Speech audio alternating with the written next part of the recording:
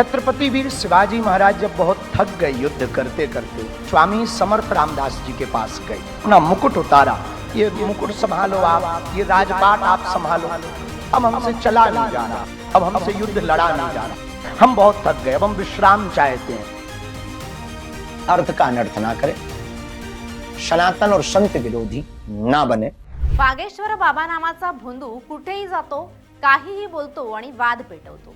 अलीकडेच महाराष्ट्रात येऊन या बाबानं शिवरायांबद्दल एक वादग्रस्त वक्तव्य केलं आणि पुन्हा जोरदार राजकारण पेटलं। शिवराय थकले होते, त्यांनी समर्थ रामदासांकडे राजपाट सांभाळण्याची विनंती केली, असं वादग्रस्त आणि बिनबुडाचं वक्तव्य या भोंदूनं केलं।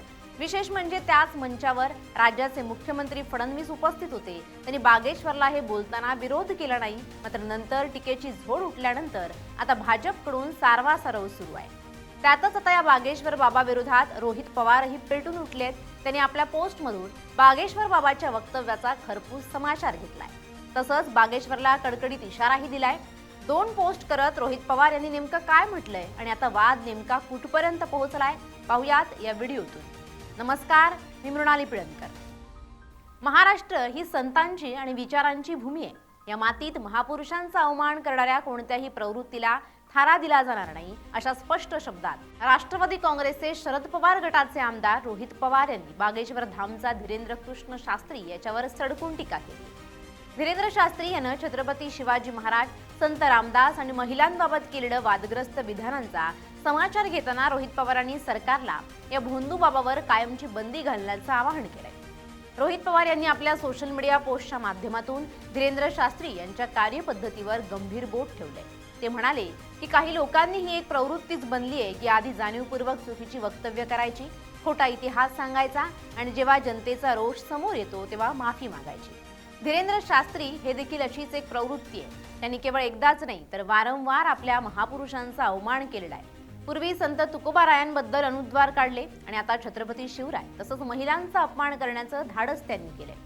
रोहित पवार पुढे म्हणाले की चहूबाजूने टीका होऊ लागते तेव्हा माझं वक्तव्य चुकीच्या पद्धतीने दाखवलं गेलं असं म्हणून हे लोक हात झटकतात। मीडियानं त्यांचं बोलणं जसंच्या तसं दाखवलं असतानाही माफी मागताना आपल्या विधानावर कोणतंही ठोस स्पष्टीकरण न देता केवळ वेळ मारून नेण्याचं काम शास्त्रीनं केलंय। त्याची ही माफी अत्यंत पोकळ असल्याचं पवारांनी नमूद केलंय। दुसऱ्या एका आक्रमक पोस्टमध्ये रोहित पवारांनी थेट सत्ताधारी पक्षाला म्हणजेच भाजपला लक्ष्य केलंय। सत्तेतला एक मोठा पक्ष सोडला तर संपूर्ण महाराष्ट्राने या भोंदूचा निषेध केलाय। मग या मोठ्या पक्षाला महाराष्ट्राच्या अस्मितेपेक्षा आणि महामानवांपेक्षा हा भोंदू बाबा मोठा वाटतो का, असा बोचरा सवाल त्यांनी विचारलाय।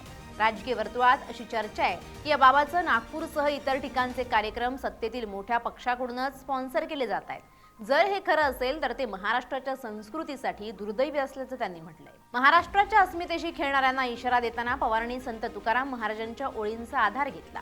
ते म्हणाले, महाराष्ट्र ही संतांची भूमी आहे आणि ते संतांबद्दल आम्हाला नितांत आदर आहे, पण जर संत असल्याचा आव आणून कुणी पाखंडी इथल्या महापुरुषांचा अपमान करणार असेल तर त्यांना संत तुकोबाराय म्हणतात त्याप्रमाणे नाठाळाच्या माथी हाणू काठी याचा प्रत्यय महाराष्ट्र दिल्याशिवाय राहणार नाही। नागपुरात धीरेंद्र शास्त्री यांचा कार्यक्रम अद्यापही सुरू असल्याबद्दल पवारांनी तीव्र संताप व्यक्त केलाय। महाराष्ट्राच्या अस्मितेपेक्षा कोणीही मोठं नाही हे सरकारनं सिद्ध करून दाखवावं। या भोंदू बाबाचा कार्यक्रम तातडीनं बंद करावा आणि भविष्यात अशा प्रवृत्तींना महाराष्ट्रात पाय ठेवण्यास कायमची बंदी घालावी अशी मागणी केली। रोहित पवारांच्या या आक्रमक पवित्र्यामुळे आता राजकीय वातावरण चांगलंच तापलंय।